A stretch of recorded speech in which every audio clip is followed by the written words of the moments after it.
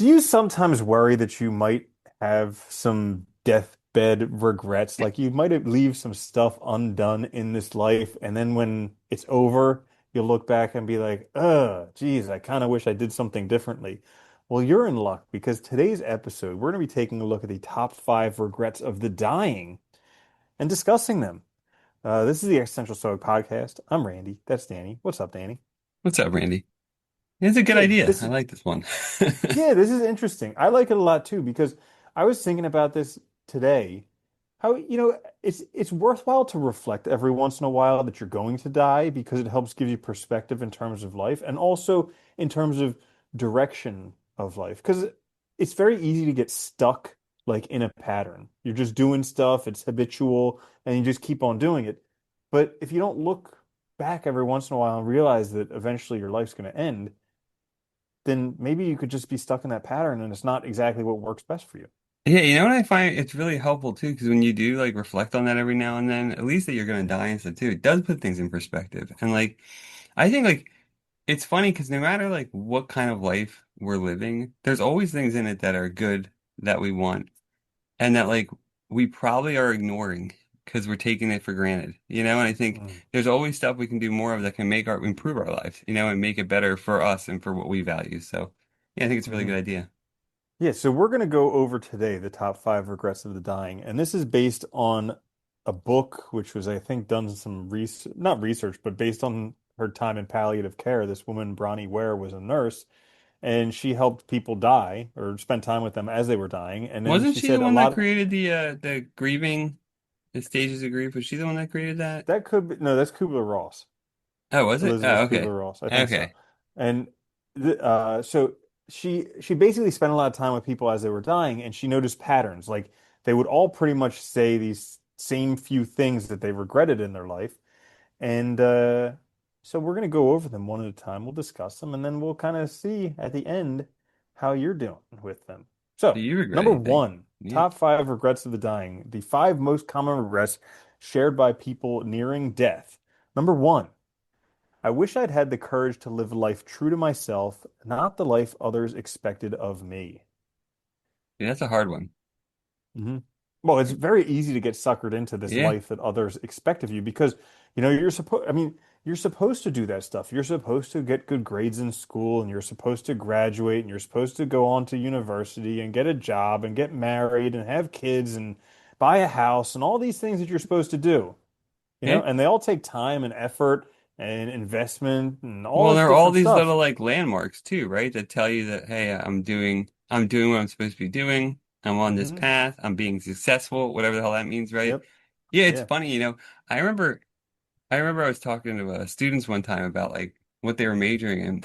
And I had one kid, she was like, well, my parents wanted me to major in this, so I'm majoring in this. I was like, do you want to do it? She's like, why? She's like, I wasn't sure, but this way, like, if I don't like it, I figure I can blame them. And I'm like, that's a terrible Hmm. idea. Oh yeah, absolutely. But it's tough Yeah, taking responsibility for your life it because is. then you're also responsible if things don't work out. I mean, you and I both have experienced this where we were at part like we had kind of gone along with what Yeah. like the world expected of us, or at least our world expected of us, until we got to a point where it was no longer manageable, no longer Well, maintainable, and kind of had to make some big changes, and it's very uncomfortable. it sucks, right? Because you're miserable, you're unhappy, and it's like, and it's scary because you put all this time into something that you don't really want to do, and now it's like, well, now what do you do, right? And I think that's Hmm. also hard. But it is scary too because I think the other side of it is like, when you follow that like normal trajectory that society expects or your community expects of you or whatever, like everybody understands what you're doing, As Hmm. soon as you start to assert your own ideas, your own value, your own path, all of a sudden you're like an outlier. And that's what I think also makes people scared as well, is because it puts you outside of all of a sudden this normal path, and people don't understand it and they won't understand why you're doing it. And you Hmm. can get a lot of like, people can be very, passive aggressive and mean about it Hmm. because you're also Judgmental, doing what yeah. you want and they're not. Yeah, and they're jealous of you and they Yeah. can't. Yeah. But I think it's important because I kind of, when I was thinking about it, I kind of looked through the things that I do on a regular basis and I was like, checking the box. Is this something that I want to do or is this something that I do because I have to do? And it was nice to get to a point where like a lot of the stuff that I do is stuff because I actually want to do it and I've chosen to do it. But the interesting thing is sometimes I can still feel like an obligation. Oh yeah, I But mean everything yeah. does at a point, right? I mean, there's always gonna be Hmm. stuff we have to do too. Like, I mean, Hmm. even if you're doing something you want to do, you still have to like show up. You still have to Well, but do it, right? that's the thing that's tough to see when you're doing everything that you don't want to do. You think that Yeah. like all of a sudden things are going to be perfect. I'm going to make all this money. I'm going to have the job of my dreams, the relationship of my dreams, and then everything is going to be awesome. But it's not. Yeah, it's just, you Yeah. know, yeah, you still have problems. They just look better than the previous problems. Well, and hopefully they're easier to deal with, right? Because at least you have your validation that you're doing what you want. Hmm. And, yeah. Yeah. But I can see how this is an important one because especially when you get to your deathbed, if you look back and you're like, geez, I didn't even do any of the stuff that I wanted to do with my life. Like, what was I doing? That could be a really, Yeah. really serious regret because then, I mean, you're at a point where you can't change it anymore Oh for no, a it's lot of too the late, things. dude. It would suck. And I think, well, that's why I think that's so important to think about this early too, is because you have time to do those things. And like a lot of stuff Hmm. too, like especially things like, especially when people have like the bucket list, like the ideas, like travel stuff and all that they want to do, it's like waiting till later is a bad idea because physically and stuff, like you don't know what's going to happen. Yeah, You got you to do could that be when you're sick. able. You could, it's not easy to walk around. You're not, and also like it's a lot easier to go on like a European cross not Backpacking thing or country something. continent, yeah, like Yeah. it's a lot easier to stay in terrible little hostels and like endure the stuff because it's a fun adventure when you're 20 as opposed to when you're 60 because Yeah. you're not going to stay in a hostel then, or like, or if you do stay in a hostel, then I remember I was in a hostel in my 20s or 30s and there was like a 60-year-old guy there and everybody's like, what on earth is he doing here, like because everybody else, it's just like the different time, so it's kind of taking advantage of the stuff when you're younger, Yeah. or at least recognizing what you want to do. So thinking about it now as opposed to putting off thinking about it. Well, I think also too, those experiences are good when you're younger because that can help you also figure out what you want to do. Like when if you Hmm. don't know, or what Oh, interests you. definitely. Yeah. Definitely. Yeah, which brings us to the next one because a lot of people are like, well, I can't do what I want to do because I have to work. And that's number two is I wish I hadn't worked so hard. Very few people going to their grave saying, gee, I Yeah. wish I would have spent more time in the office. Uh, I wish I but it's just an kept at interesting those one. 100-hour weeks all the time, Yeah, right? I know. It's an interesting one because, you need to work in order to make money. But do you need to like do you need to work in something that you hate? Yeah. Or could you actually find something that's bearable? And I think, I mean, I'm going to put on my little like personal finance hat for a second here. I think part of the problem is that a lot of people don't realize that when you spend money, like you need to, is anybody could make money. You just need to spend less than you make. Oh, And yeah. Yeah. yeah, anybody can have money. You just need to spend less than you make. But we live in a consumer society. It's very, very easy to spend money.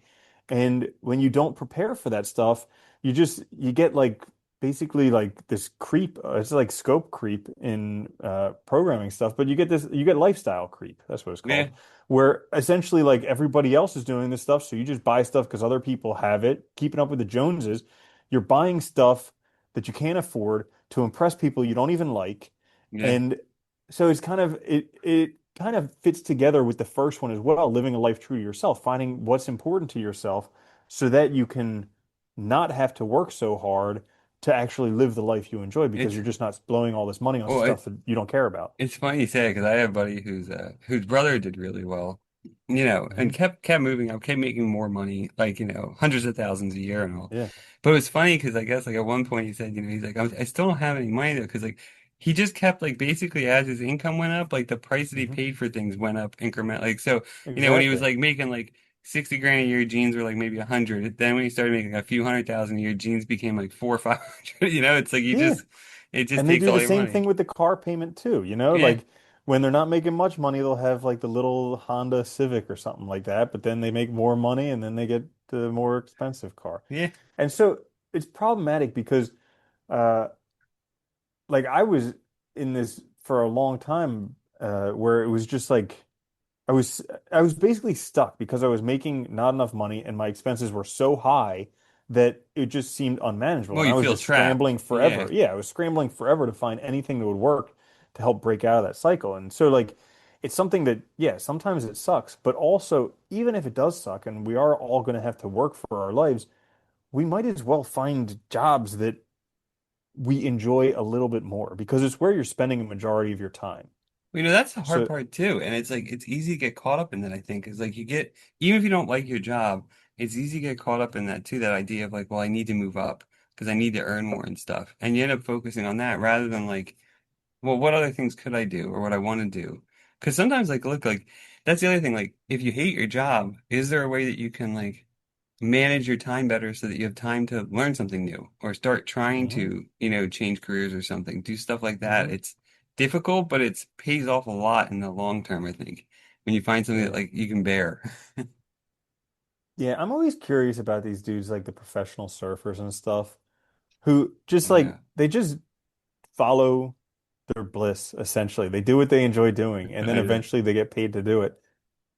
I I wonder if mean, they're that the can lucky exist for ones. everyone. Well, I Yeah. wonder if that type of thing can exist for everyone or if it's something where you do just have to kind of find something.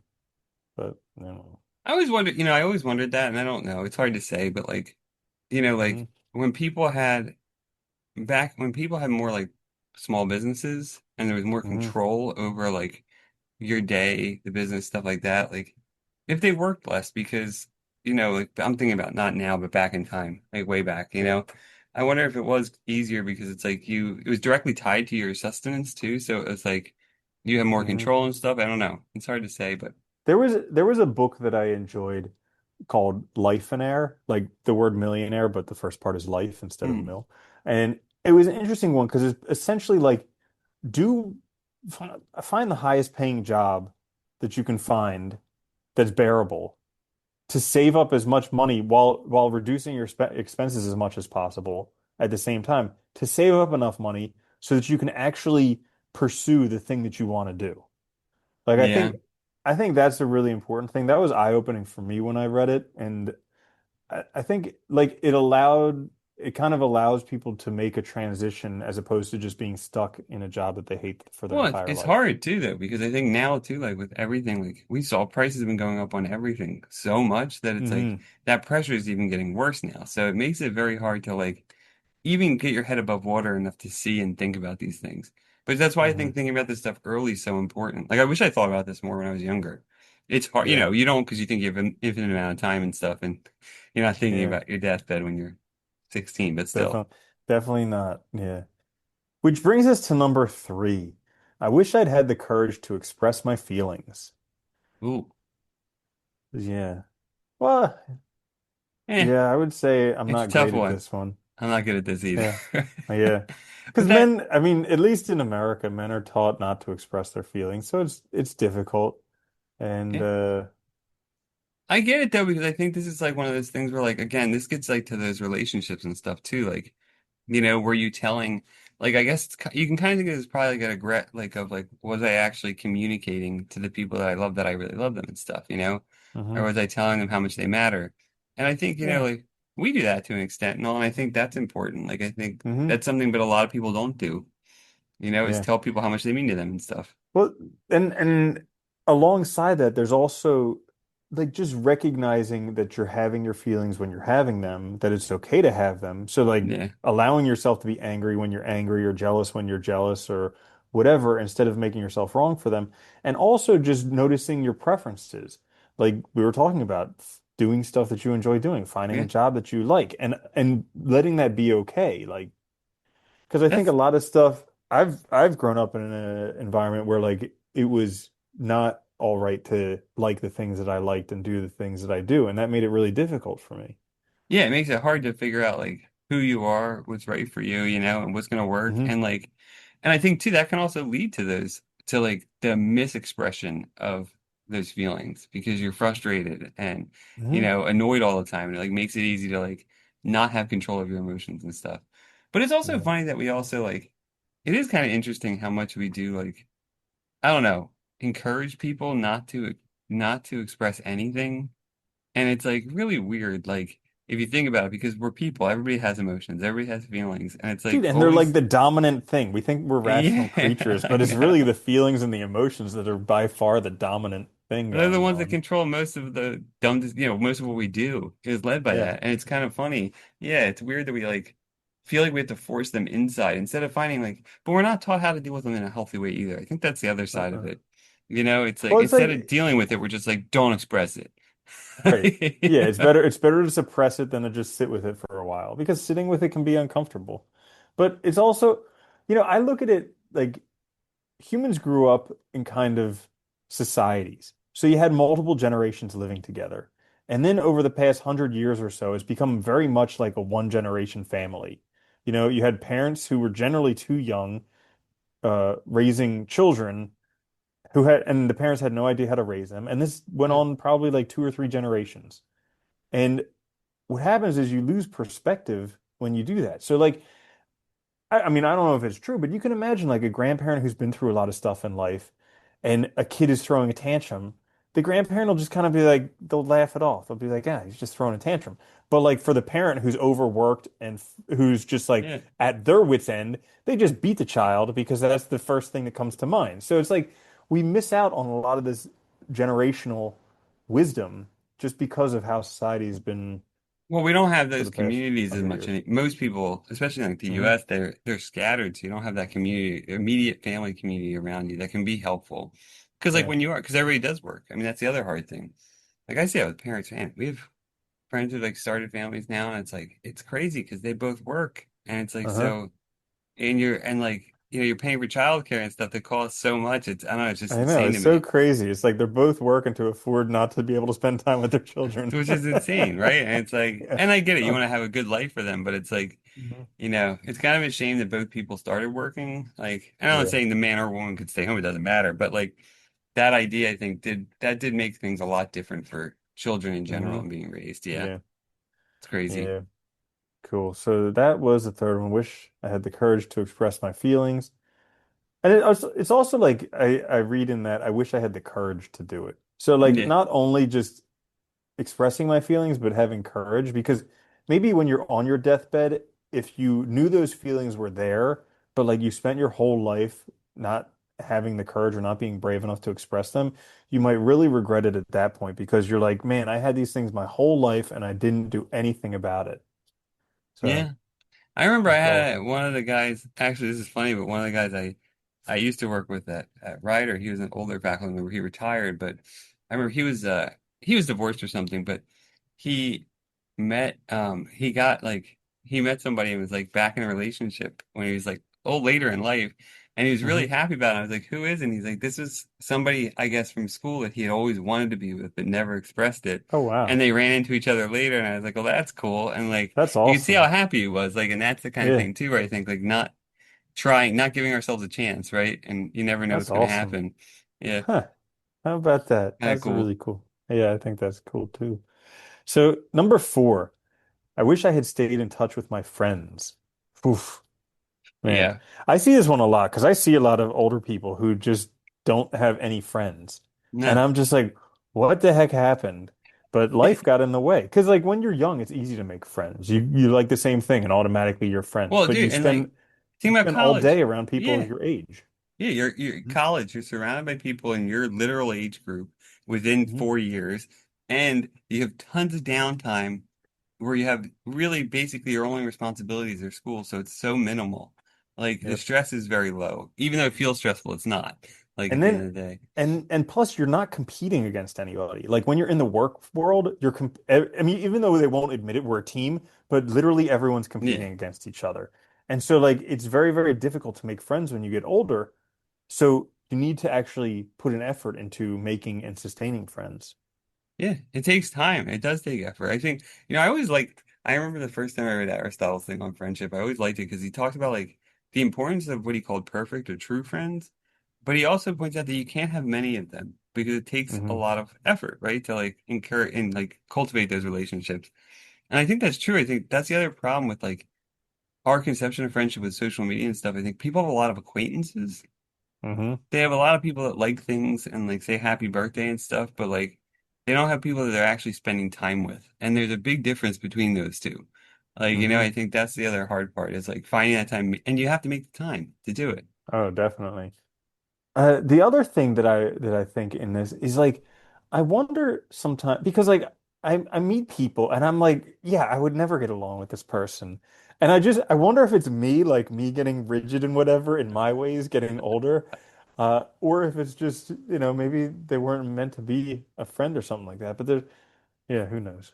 It's hard to say. I know you do get, I mean, you definitely get more, I think as people get older too, they definitely get more like fixed Set in in their their ways or ways. whatever. Yeah. Yeah, yeah. And like unlikely to like reach out or go outside of their scope. But that's why it's also important to kind of cultivate that young, I think, which is Hmm. interesting too. Yeah.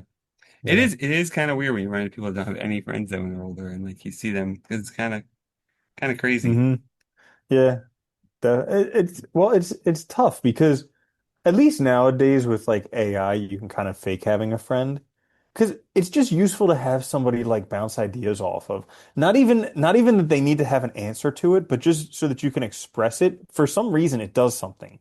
Well, yeah, Like it gets it when you out just there. It puts it out yeah, in the when you world. like Yeah. express a problem or bounce an idea off somebody, it just feels so much lighter and so much better. So fortunately, you can do that with AI nowadays. And I think that'll be a lot more, I think that'll be very helpful for like people's mental health in the future is Yeah. having like AI buddies.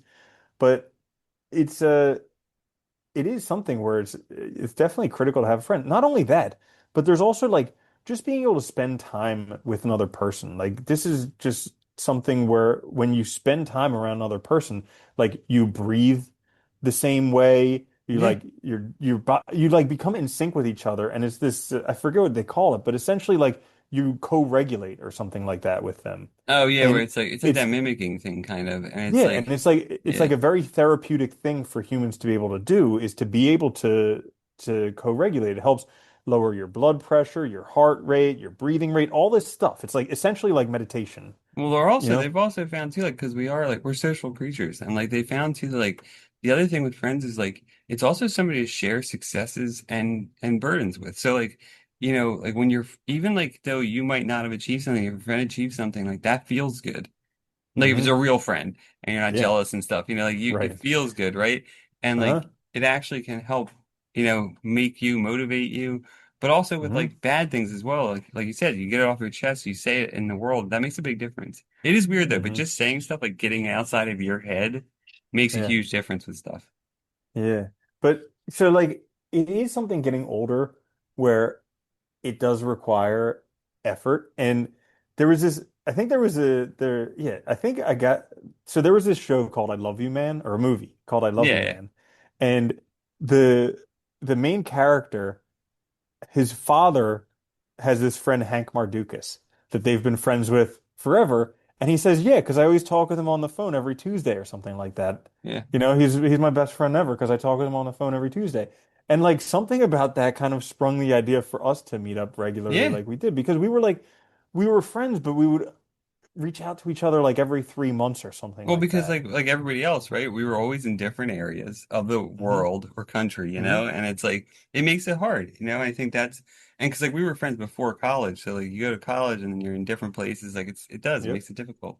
Yeah, and I think that's it Yeah. though, but it's like setting those it's having the wherewithal to schedule that because once you schedule it in, it gets easy to Hmm. do and like less of a Yeah. burden. But like when it's like one-off stuff, it's easy to be like, oh, I'll do it later, and then later becomes years, Yeah. before you know Yeah. it. And even like, even meeting up if you don't have anything to talk about. Like, I was talking with someone the other day who used to speak with one of their parents, and they stopped talking with them because they didn't feel like they had anything to talk about. But it's like, well, just call them and say hi. Like, do that. Yeah. And eventually, because like I talk with my dad regularly, and sometimes we have a whole bunch to talk about.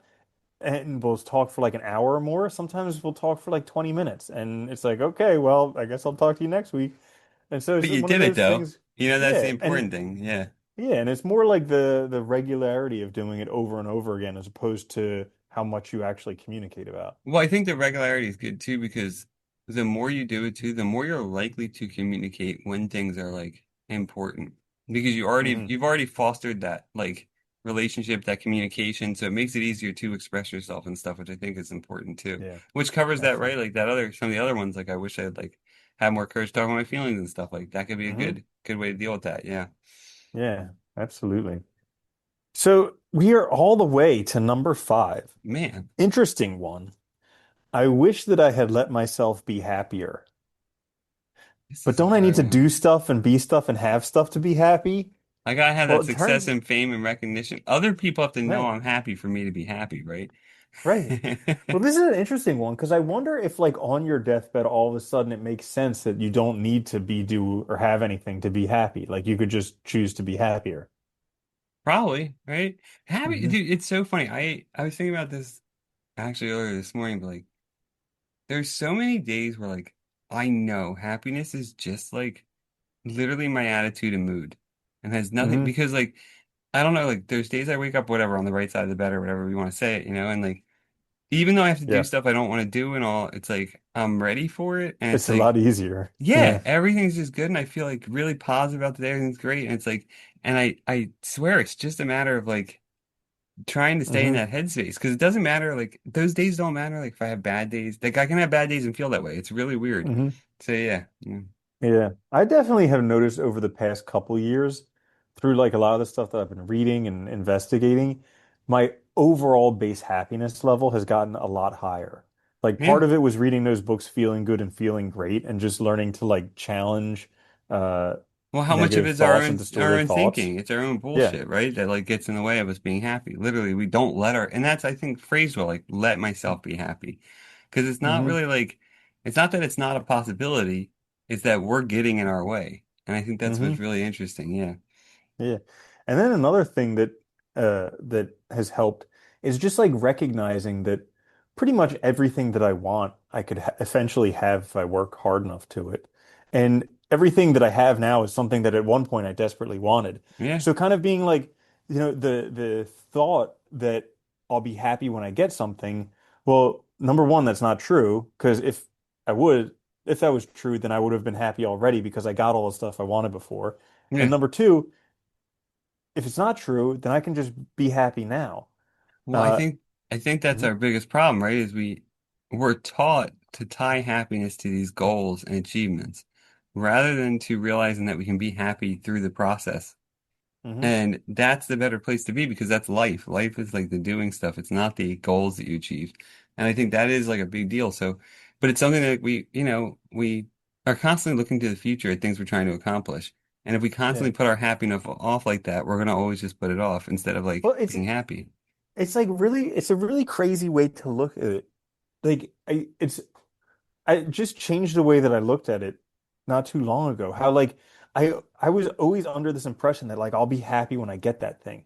But like I'm in the process of doing what's necessary to get that thing. So essentially Yeah. I have that thing already. So Yeah. like I can just be happy now because I'm in that process. So it's really it's a kind of like mind bending and it's just like a little bit of a switch, but it just changes pretty much everything. And it's And a then good just thing to think about though, because that's so much of like what we struggle with is perspective. It really is just perspective, and that's the weirdest part. And like it doesn't take much to realize what you're doing. When you realize it, like, oh God. Like mhm, and like you said, right? Like if you're working towards something, you effectively already are doing it. Like mhm. why shouldn't you Yeah, be it's happy done. now? Yeah, It's done, like you know? Yeah. it's really And weird. then the other thing is just like what you were mentioning with the bad days, like recognizing that there are bad days. The coolest thing, probably one of the coolest things from those feeling good and feeling great books is he said, if you can have 5 good days and 2 bad days a week, you're doing excellent, Yeah, And yeah. that was like mind blowing for me because I was so like brainwashed to think that I need to be like 7 days out of 7 perfect days in order to be good. So now like being able to catch myself when I'm having a bad day and be like, oh, that's fine. Today's a Yeah. bad day. And just that's it. It's done. Like But you no feel worries. so when you don't let that bad day ruin everything, like it feels so much better too. Because it feels like a win, and it is a win. Hmm. And Yeah. it is funny, like I think I don't know, it's just weird how we do like we're taught to like torture ourselves instead of allowing ourselves to be happy. It's really weird. It's a weird mentality, Hmm. and it's really causes, I think, so much of this anxiety, stress, depression because people feel like they're constantly lacking rather than like having. I think Hmm. that's the biggest issue. And we're constantly fed all this stuff to like, yeah, that idea, like you said, like being happy means like you're perfect 7 days a week, you have all this stuff. It's like, that's not happiness.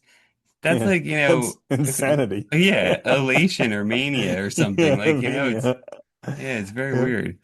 Yeah. Yeah. Well, they say like the biggest impediment to happiness is trying to be happy. And Yeah. it's like, yeah, Well, because we if get it's this idealization. I think that's the problem, right? In our heads, we think of these like, because these terms are like vague. Like happiness is a vague freaking term. I think most people don't even know what the hell they mean when they talk about it, right? They hmm probably have some idea of joy or something in their heads. And then like we idealize it. So it's like, well, what is happiness look like? Oh, it's like when I feel like that all the time. But that's unmaintainable. Like that's not a hmm human life. So yeah, I think it's a really good thing to kind of step back and think about that a little bit and change our hmm perspective, yeah. Yeah, so there you have it, the top five regrets of the dying. We hope you learned something here today. Maybe you'll take a moment and reflect on your own life, see where you are in terms of things, because like it or not, we're all Yeah. gonna die. And even if we make it there and do have regrets, that's okay too. So, Can't get around it at that point. yeah, I know, right? It sort of is what Yep. it is. But it's one of those things where I think, and we've discussed this before, but like the more you can live a life that you're not regretting now, the more likely you will Yeah. not have regrets when you die, Yeah. So take a Oh, look at yeah. where you are now, see if you have regrets, see if you can change things, and whatever, or Go don't. from there. But anyways, this is the Existential Do Stoic whatever you want. podcast. Until next time, I'm Randy. That's Danny. I'll see you later, Danny. Later, Eddie.